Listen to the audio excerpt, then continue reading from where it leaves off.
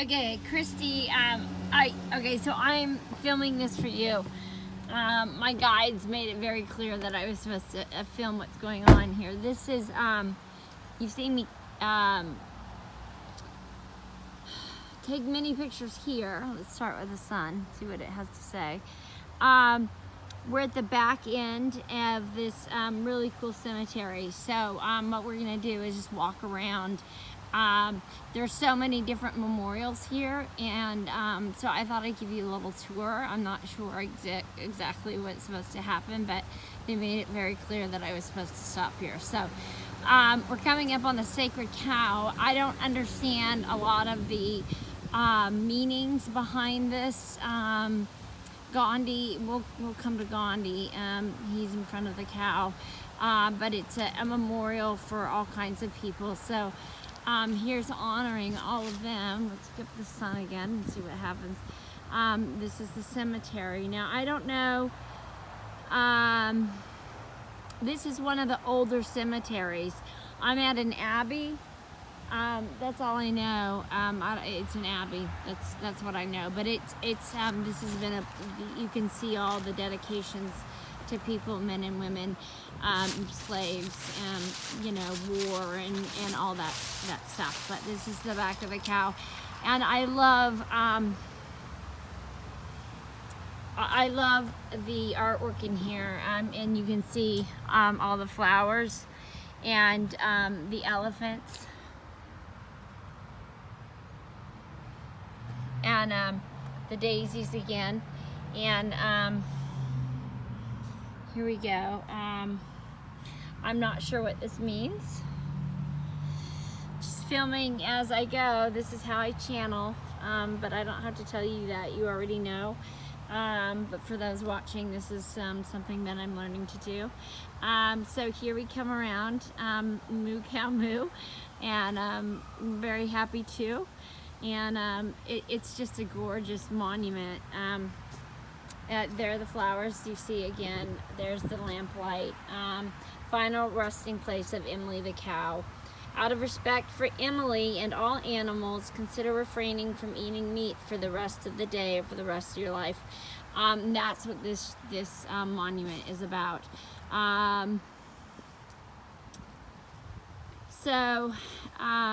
That's not instruction by any means. That's just what the monument said.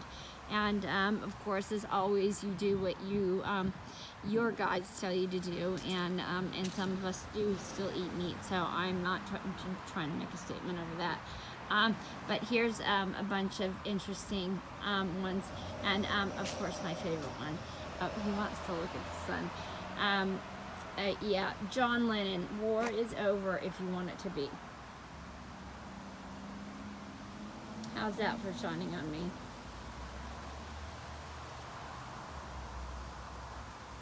Okay. All right, let's keep going. Dorothy Day, I don't know. Pat Farron. You can see there's so many. I can't go through all of them. Jane Path. Do not injure any living being, from the Jalen Prayer for Peace. A gift from Jane Center of Creator, Boston. Oh, and I love this. This is to all you witches out there. Of course, the good witches. But who's to say? Because they got history wrong in the Salem witch trials, which we know all about. And the sun again wants to say hi again as we pass back to the memorial. I think it's a beautiful thing. So here we come on Gandhi. I think I'm definitely gonna have to YouTube this one. I have no idea why there's hand sanitizer there.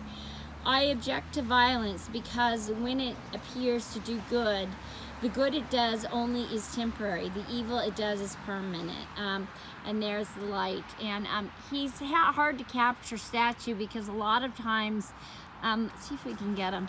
Oh boy, he's really shining now, isn't he? Yeah, to get his face or actual, it's hard in even my editing process to be able to get him. But he is one happy dude right now. And this is a stone that I left for him last time. And it was interesting because I put it right under his foot just like that. Isn't that amazing what you can do with one's feet? Sanitize that, government. Signed, Mohandas K. Gandhi.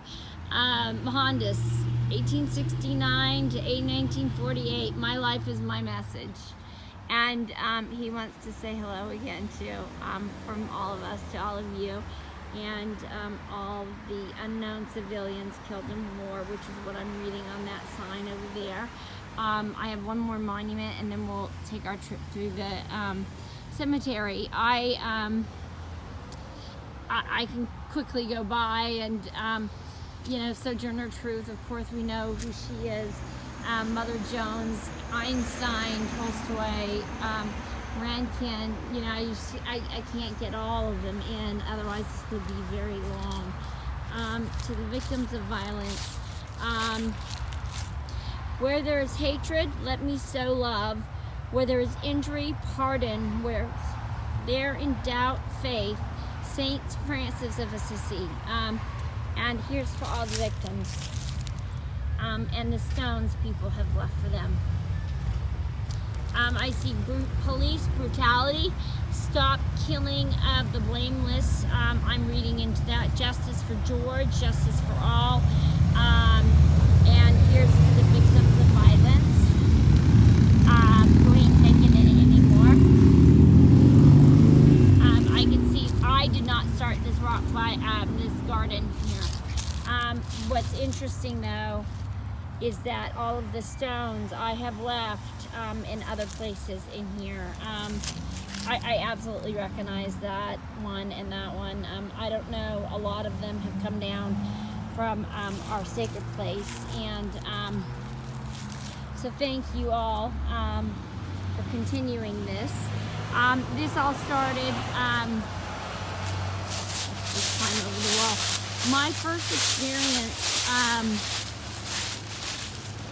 I took off like Harry Potter with a wand as like a toddler, you know, and I couldn't get sleep, and I couldn't even tell you how long it went on, but I have a bunch of channelings, and I had to learn how to do this all by myself. They put me in a mental institution, and I got out much worse than I ever was. They took away hope. They poisoned me. They played chemistry on me, and the one medicine that would work, they refused to give me. I know this worked because they give it to me in one hospital. In other hospitals, I've been, I cannot talk about, starting to talk about the torture, and I'm gonna look at her as I'm catching my breath. What goes on in those mental institutions, and I can tell you now that I'm in the system, and I've actually been threatened by a police officer when all I needed was a tow, that before I could utter 2 words, he threatened to send me back. And you know, you have to keep it together in there, and the nurses, and there are several of them that watch you because you're on surveillance 24/7. They even, you know, open the door. It's like hard to sleep in places like that on plastic mattresses, and air conditioning that gets broken, and foods that is disgusting, and nothing to do, and they trick you into signing paperwork. And if you're mentally incapacitated, excuse me, I just went backwards over those steps. I would like to know where the legal part is that I should be signing away my rights, because they told me that I would be out in 3 days if I signed this paperwork, and they ended up keeping me in there. I think it was 7, because they told me that originally it was 72 hours. And I fell just under those 72 hours, and then the weekend came, and there was nothing for us to do. And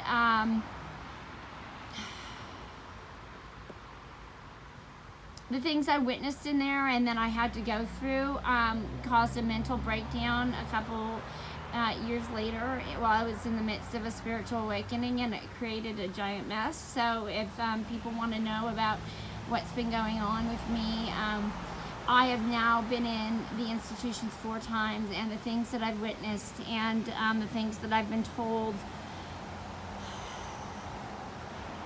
Good breath.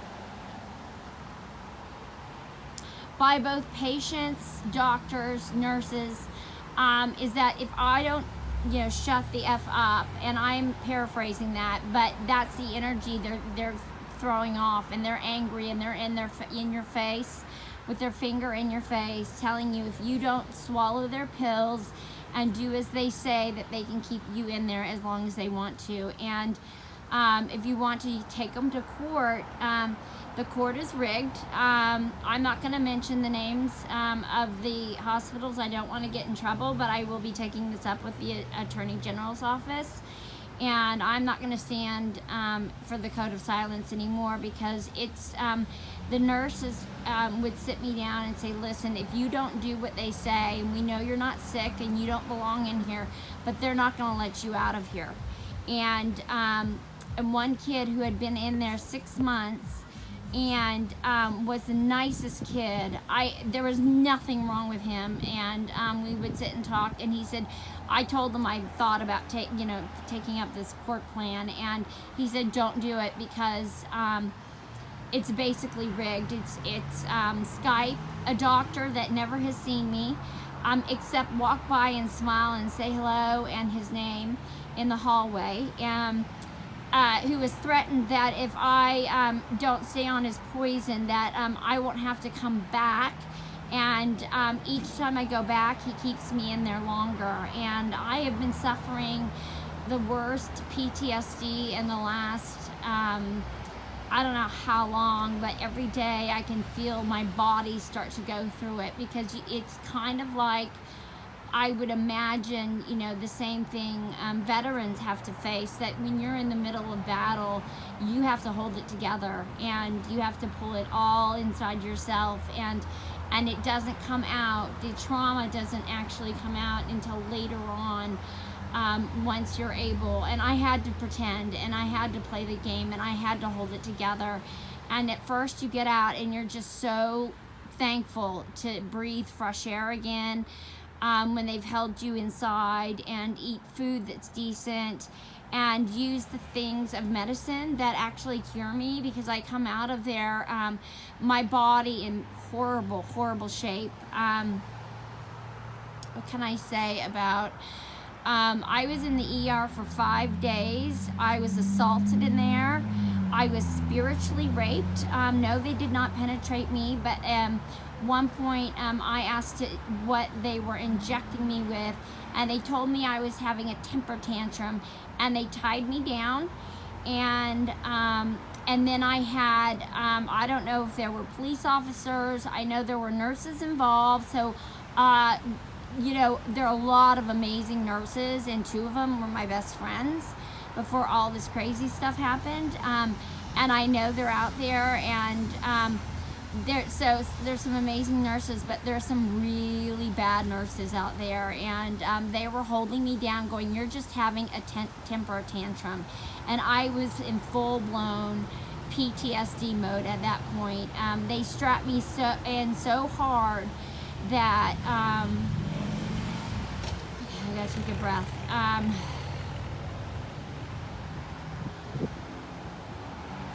They strapped me in so hard that I could see like my hand above my head, which hurts my back. I've been in several car accidents, and the way I heal myself is the bath, which that was taken away from me.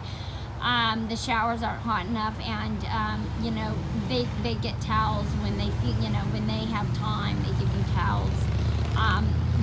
They at one point took away my bed and made me sleep on the floor naked. They took my clothes away, and they gave me a sheet that was like, they call it a blanket, and it's more like a flannel sheet. And they stuck me under the air conditioning, and I was freezing. you know, one guy came in there mockingly when I told him I was constipated and I needed vegetables, because all they were feeding in me, like breakfast for 5 days in the ER was French toast sticks and corn syrup with maple flavoring in it. Lunch was a disgusting sandwich, which I don't eat processed meats anymore like that, because I know there's a lot of poison in them, and potato chips. And dinner was like a McDonald's cheeseburger, the worst that you could imagine, or like something disgusting that you would see, you know, sitting like for 24 hours in a rest stop, and that had been run over by a truck, and French fries. And they didn't give you enough to drink, and they take away your privileges. At one time, I wasn't even allowed to use the bathroom, and I had to pee so bad, and they would not let me use the bathroom. So they threatened to strap me down too for that one. I've been in several of the ERs. So this is going on under your noses all throughout what they call emergency rooms. And I didn't have, or I thought at the time that I had family that loved me, that wouldn't let me get in a situation like that. But number one, the one person that stood up for me at the time, my husband, they lied to him, and he gave them information they used against me.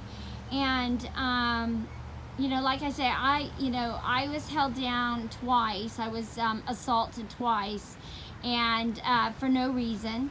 You know, I had one reason. One time I got put in there was because I actually called the police for protection from somebody I was afraid of. And I was very calm when they arrived, and they automatically put me in an ambulance and sent me back. And so that was this last mental institution I was put in. And I've been suffering from horrible PTSD symptoms. And that doesn't include just an emotional memory, folks.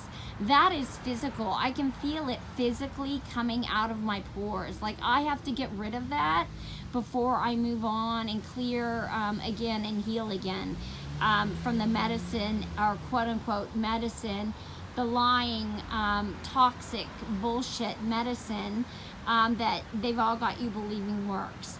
And so this is in memory of the men of Sherborne who gave their lives in defense of their country.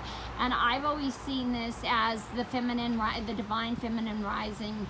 And I see this statue, and I see her holding the world up and rising above all of this. So I encourage everybody who has experienced something, and I'll continue to talk about my experiences as I can. I'm still going through the trauma and experiencing the best I can, getting out in nature and visiting places like this that heal me. I finally have my books. I have access to other light workers who remind me that I'm not the crazy one, because they really fuck with your head in there and try to take away your hope. And when I asked them if my brain would ever be fixed after they convinced me that I had, I mean, they kept, you know, changing the diagnosis, whether I was bipolar, schizophrenic, all kinds of different crazy, insane names, and none of which I am. I had a spiritual awakening, and because I was too happy, which I told them at the time, they said, no one is this happy. Now, I want you to ask yourselves if you would ever teach your children that. No one is this happy. That is the dumbest thing I have ever heard in my life. Also, that Jesus can't speak through things like foxes. That's in their books, their medical books. And I'm going to end talking about this. It's been very freeing. I'm going to send this on to you, Christy, and we can decide if we want to share this with other people. I'm still dealing with this, but you can see this is amazing. Somebody built this with stones, and this was the first place that I actually came to. King Philip, there he is, King Philip's War, Henry Adams, Jonathan Wood, Revolutionary War, a War of 1812, Woodcock. I could go on and on. Civil War, Green, Hill, Holbrook, Holland, Leland, H, Babcock, Gilmore. And there she is. She stands for freedom. In memory of the donors and the bearers of this. Spanish War, Civil War, Sylvester, Pratt, Brundant, Tabor. There's another wood. So let's go and look at her feet. I always love looking at the feet. It reminds me of grounding and also of Jesus' feet. And these are the stones that I have left her. Before they really messed my head up, and before I ever experienced the absolute assault and torture and fear. They could have me arrested. Anybody could have me arrested at any moment, and lie, and I could be put away and be stuck in there for a year. Just the same way that kid was. They gave him a year for going to court. It's rigged. It's absolutely rigged. I don't know if I finished that story, but if that may be another time that I have to talk about that, because you know, the memories come flooding back and your mind is this way and that. But these, let's just continue on with our little journey here. These are the stones that I left. I sent some to you, of course, to Christy, so we're gonna, I don't have stones with me. You know, we'll put these back up here, and I'll leave more. And you know, it's a rock intention garden, and it's meant to be shared, and people to leave stones here if they feel that, you know, the need, the desire, or just the love or the fire. So we, you know, we honor her, and we honor all the goddesses who are changing the world. Thank you guys. Okay, so let's move on. Okay, isn't this amazing? Hi, Aiden. There's Korea. You know, there's some names there, and there's an eagle flying in the air. 1, 2, 3 with the American flag I see. And now we'll just walk through. I just feel such energy and peace whenever I come here. It's been a very healing place for this girl and her shadow work, and I'm just, you know, grateful to see. This is what I was talking about. I love this. These old stones we've all reincarnated into. It's amazing. You can't even read them anymore. So I have no idea how old some of these go back. Let's see what this one says. I love, they used to spell differently, and they spelled differently back then. Here lies the body of Sarah Barrett Dat, FM James, and M. Well, we know that cat. Tabitha Barrier died, and it just says August. Let's see if we can get a date off this one. 1733. That's amazing. Oh, look at there. Oh my God, you want to talk about something cool? Look at that. Can you see that vision? Let's see if I can get up close. You see that? Oh my God. I'm looking at a ghost.